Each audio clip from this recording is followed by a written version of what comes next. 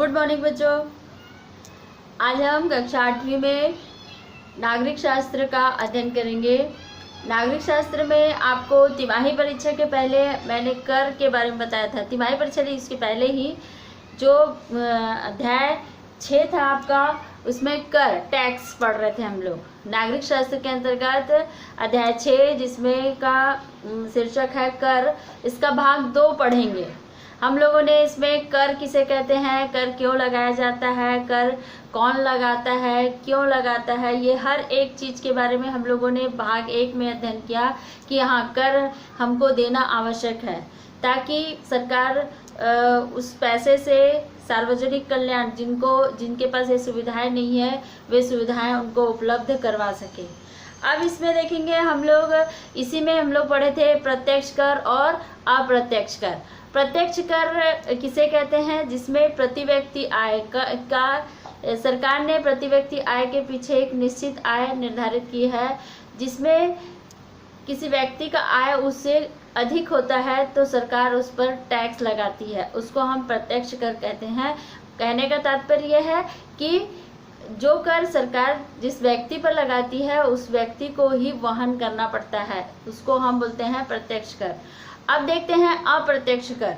ये अप्रत्यक्ष कर किसे कहते हैं, तो अप्रत्यक्ष कर इसमें देखेंगे जो इसमें अप्रत्यक्ष कर जिसमें सरकार किसी व्यक्ति पर जब कर लगाती है तो वही व्यक्ति वहन नहीं करता बल्कि उसके बदले में कोई दूसरा व्यक्ति वहन करता है, उसको हम अप्रत्यक्ष कर कहते हैं। जैसे हम लोग देखते हैं कि हमारे जो दैनिक जीवन में आने वाले उपयोगी वस्तुएं जैसे हैं, साधारण सा चीज़ है, देखोगे इसमें विलासिता की भी वस्तुएं होती हैं और हमारे जो दैनिक जीवन में खान पान से लेकर से संबंधित जो वस्तुएं होती हैं, दाल चावल शक्कर आटा तेल या फिर और कोई चीज़, नमक है, साबुन है, तेल है, निरमा है, ये सारे चीज़ों पर सरकार टैक्स लगाती है ना। और जो विलासिता की वस्तु है जैसे पंखा है, फ्रिज है, कार है, टीवी है, रेडियो है, मोबाइल है, ये सारी चीज़ें क्या है, विलासिता की वस्तु है। इस पर सरकार कर लगाती है। सरकार कंपनी पर कर लगाती है किंतु कंपनी वाला उस वस्तु की मूल्य पर क्या कर देता है, उसमें उस कर को जोड़ देता है, उस सेवाओं को जोड़ देता है और फिर उसका वहन कौन करता है, उपभोक्ता। जो उपभोक्ता उस वस्तु को खरीदता है वो उपभोक्ता उस वस्तु का जो मूल्य निर्धारित मूल्य से कहीं ऊपर मूल्य होता है उसका, क्योंकि उसमें कर भी जुड़ा रहता है और बीच के जो लोग होते हैं उसका प्रॉफिट भी जुड़ा रहता है। ये सारी चीज़ें मिलाकर उस वस्तु का मूल्य निर्धारित किया जाता है और फिर वह वस्तु अंतिम जो उपभोग करता है उस वस्तु का वो उपभोक्ता कहलाता है। वो उपभोक्ता कहलाता है और उपभोक्ता ही क्या करता है, उस वस्तु का कर वहन करता है। तो इसको हम अप्रत्यक्ष कर कहते हैं। तो इसमें अलग अलग प्रकार से दिया हुआ है, देखेंगे। अप्रत्यक्ष कर, जब हम किसी वस्तु एवं सेवाओं को खरीदते हैं तो सरकार उस पर कर लगाती है और यह कर विक्रेता पर लगाया जाता है। इस कर की राशि को वस्तु की सेवा एवं मूल्यों पर जोड़कर वह उपभोक्ता से वसूल कर लेता है और इस प्रकार से हम देखते हैं कि यह कर किसी एक व्यक्ति पर लगाया जाता है परंतु उसका भुगतान क्या करता है, कोई दूसरा व्यक्ति करता है, इसीलिए इसे हम अप्रत्यक्ष कर कहते हैं। इसके पहले भी मैंने बताया था कि अगर कोई सरकार क्या करती है, किसी एक व्यक्ति पर कर लगाती है लेकिन उस कर को वह कोई दूसरा व्यक्ति उसका अदायगी करता है या कर को चुकाता है तो उसे हम अप्रत्यक्ष कर कहते हैं। हमारे देश में 1 जुलाई सन 2017 को जीएसटी लगा था। जीएसटी अर्थात वस्तु एवं सेवाओं के मूल्यों पर जो कर लगाया गया था, कर लागू किया गया था, उसको हम जीएसटी कहते हैं, है ना। अब विभिन्न प्रकार से अप्रत्यक्ष करों के स्थान पर यहाँ पर एकल और अप्रत्यक्ष कर लगाया गया है, अप्रत्यक्ष कर लगाया गया है या कर को अपनाया गया है, जिसमें देखेंगे इससे सभी अप्रत्यक्ष कर जीएसटी में सम्मिलित हो जाते हैं। यहाँ पर जो सरकार पहले जो छोटे छोटे कर लगाती थी ना, अब क्या हो गया है, अब वो वस्तु की और मूल्यों पर निर्धारित जुड़कर या फिर हम देखते हैं उस पर आ जाता है, जिससे एक मुक्त जीएसटी के आधार पर हम क्या करते हैं, कर का कर को चुकाते हैं। वस्तु एवं सेवाओं पर कर, जिसको हम बोलते हैं जीएसटी। वस्तु एवं सेवाओं पर कर, जिसको हम बोलते हैं जीएसटी।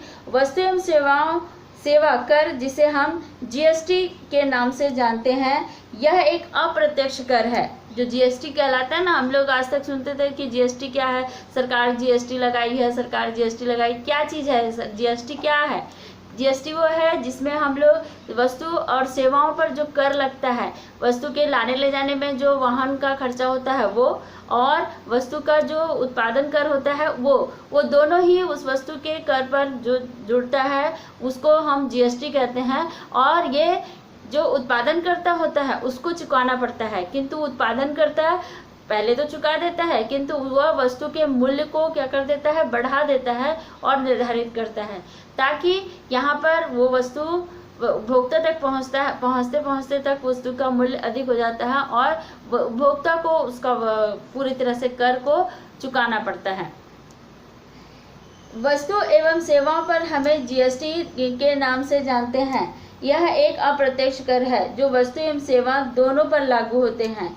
इससे पूरे भारत में एक समान कर व्यवस्था लागू हो गई है, और अर्थात पूरे भारत देश में भी वस्तु की कीमत एक समान होगी। यहाँ पर देखेंगे वस्तु और सेवाओं के कर में हर एक मतलब भारत में हर एक राज्य में अलग अलग प्रकार से कर लगाया जाता था। हम लोग देखते हैं सामान्य रूप से जो चीज़ हम उपयोग करते हैं रोज, उसमें उतना ज़्यादा अधिक कर नहीं होता है, किंतु हमारी जो विलासिता की वस्तुएं हैं, है ना, जैसे हम लोग देखते हैं फ्रिज है, एसी है, टीवी है, रेडियो है, मोबाइल है, कार है, ये सारी चीज़ें विलासिता की वस्तुएं होती हैं। इस पर सरकार ने कर लगाया है और हर एक राज्य में कर को क्या कर दिया है, एक निश्चित आय मतलब निश्चित निर्धारित कर दिया है कि इस वस्तु पर इतना जीएसटी लगेगा। उस आधार पर देखते हैं कि उस वस्तु को किसी भी राज्य में अगर हम खरीदते हैं तो हमको उतना ही कर देना पड़ता है उसका।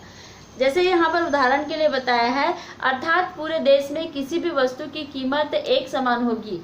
पहले किसी भी कंपनी की कार को हम दिल्ली में खरीदते थे तो उस कंपनी की कार को उसी कंपनी की कार को अगर हम रायपुर में खरीदते थे तो क्या होता था, दिल्ली और रायपुर में जो हम लोग वस्तुएं खरीद रहे हैं वो वस्तुओं में उसकी कीमतों में दोनों में क्या होता था, अंतर होता था। किंतु जब से जीएसटी लगा है तब से यहाँ जो भी वस्तुएं, जो भी कंपनी की वस्तुएं अगर हम एक राज्य में खरीदते हैं तो वो दूसरे राज्य में भी उतने ही कीमत में प्राप्त होगी। यहाँ पर देखते दोनों ही कीमत में अंतर होता क्योंकि प्रत्येक राज्य में कर की दर अलग अलग होती थी। अब कोई भी राज्य किसी भी वस्तु से मनमाने ढंग से कर वसूल नहीं कर सकता है। एक देश एक कर और के नियम पर का पालन करके सभी राज्यों को करना पड़ता है। जो केंद्र सरकार के माध्यम से जो जीएसटी लागू किया गया है, मतलब किसी भी वस्तु पर जितना कर लागू किया गया है वो हर एक राज्य पर लागू होगा। यहाँ पर कोई भी राज्य मनमाने रूप से उस पर कर लगाकर मनमाना कर वसूल नहीं कर सकती है। अब देखते हैं जीएसटी एक इसमें संवर्धित कर है।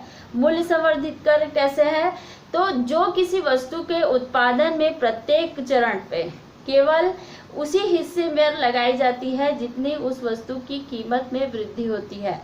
कहने का यहाँ पर देखोगे फिर से, जीएसटी एक मूल्य संवर्धित कर है जो किसी वस्तु के उत्पादन के प्रत्येक चरण में केवल उसी हिस्से पर लगाई जाती है जितनी उसकी वस्तु की कीमत होती है। हम जानते हैं कि किसी भी वस्तु को उपभोक्ता तक पहुंचने के लिए विभिन्न चरणों से गुजरना पड़ता है और प्रत्येक चरण में उस वस्तु के मूल्य में वृद्धि होती है। तो ये संवर्धित मूल्य क्या है कि हम जिस वस्तु का उत्पादन करते हैं उस वस्तु के उत्पादन में जितना लागत लगता है केवल उस पर ही सरकार क्या करती है, कर लगाती है। क्योंकि हम लोग जानते हैं कि वस्तु जहां उत्पादन होता है वहां से लेकर वस्तु के बिक्री तक का मतलब उपभोक्ता तक पहुंचने तक का वो वस्तु कई दौर से गुजरती है ना। तो उसके कारण से क्या होता है, उसकी वस्तु के मूल्य में लगातार क्या होती जाती है, वृद्धि होती जाती है। जैसे उदाहरण के लिए बताओ, एक कुम्हार है, कुम्हार क्या करता है, मिट्टी के बर्तन बनाता है, मिट्टी के बर्तन बनाता है। अगर वो डायरेक्ट बाजार में ले जाकर बेचता है तो क्या होगा, उसको पूरा प्रॉफिट होगा। किंतु अगर उससे थोक व्यापारी खरीदता है तो कम कीमत में खरीदेगा और फिर उसमें अपना प्रॉफिट जोड़कर वो फुटकर व्यापारियों को बेचता है। फुटकर व्यापारी उसमें अपना प्रॉफिट जोड़ देंगे और फिर वो उपभोक्ता तक पहुंचेंगे। तो ये चीज़ क्या हो जाता है, बीच में जो खाने वाले लोग हैं या बीच में जो अपना प्रॉफिट देकर उस वस्तु के मूल्य को वृद्धि करते हैं, तो उससे उसका वहन किसको करना पड़ता है, उपभोक्ताओं को करना पड़ता है। इसलिए सरकार ने क्या किया है, जीएसटी लागू किया है कि जितना उत्पादन कर होता है, जितना उस वस्तु पर लागत लगता है, उतने का ही वो क्या करता है, कर लगाता है, ताकि उपभोक्ताओं को वो वस्तु कम कीमत पर प्राप्त हो सके। अब देखते हैं, माना जा रहा है कि हमारे देश में जीएसटी के लागू होने से वस्तु की कीमतों में कमी आएगी और उपभोक्ताओं को वस्तुएं सस्ती दर पर सुलभ होगी। इससे लोगों को कर पटाने में सुविधा होगी और सरकार की कर संबंधित समस्याएं भी दूर होगी। जीएसटी लगाने से एक तरफ से एक फायदा ये होगा कि सरकार को कर के लिए जो परेशानियां उठानी पड़ती थी वो नहीं उठानी पड़ेगी। दूसरी बात है कि सरकार जितना निर्धारित कर रखा है उससे उपभोक्ताओं को कम कीमत में वस्तुएं प्राप्त हो जाएंगी। और अब देखते हैं, यहाँ पर सरकार द्वारा अनिवार्य आवश्यकताओं की कुछ वस्तुओं को कर से मुक्त रखा गया है। यहाँ पर सरकार के द्वारा जो अनिवार्य आवश्यकताएं हैं, जो हमारे दैनिक जीवन में अनिवार्य आवश्यकताएं वाली वस्तुएं हैं, उससे सरकार ने क्या कर दिया है, उसको कर मुक्त कर दिया है। वहीं अन्य वस्तुएं जिसमें 5, 12, 18 और 28% की दर से कर लगाया गया है। अब यहाँ पर देखेंगे, आपका जो ये चित्र दिया है, ये अक्षर तो बहुत छोटा छोटा है, इसमें आप इसमें देखोगे और इसको देखकर देखेंगे कि वस्तु का निर्धारण जितना दिया गया है, इसमें 5%, 12%, 18% और 28% कौन कौन सी वस्तुओं पर कर लगा सकते हैं। इसे हम चित्रों के माध्यम से अच्छी तरह से समझ सकते हैं। इसके बाद देखेंगे हम लोग इसमें कर का प्रभाव किस प्रकार से पड़ता है। कर का प्रभाव देखने से पहले आप लोग जब ये जो अच्छे से समझाई हूँ मैं, इसको क्या करोगे, ये वाला जो चित्र है इसको अच्छे से देखना। इसमें अक्षर बहुत छोटे छोटे लिखे हुए हैं, इसको अपने से आप देख सकते हो कि इसमें कितने प्रतिशत कर लगा सकती है सरकार। क्योंकि जिस वस्तु के मूल्य या जिससे ज़्यादा आवक होगा उस आधार से वो क्या करेगी, सरकार उस पर कर लगाएगी, है ना। तो बच्चों, इसको अपने से करोगे आप लोग।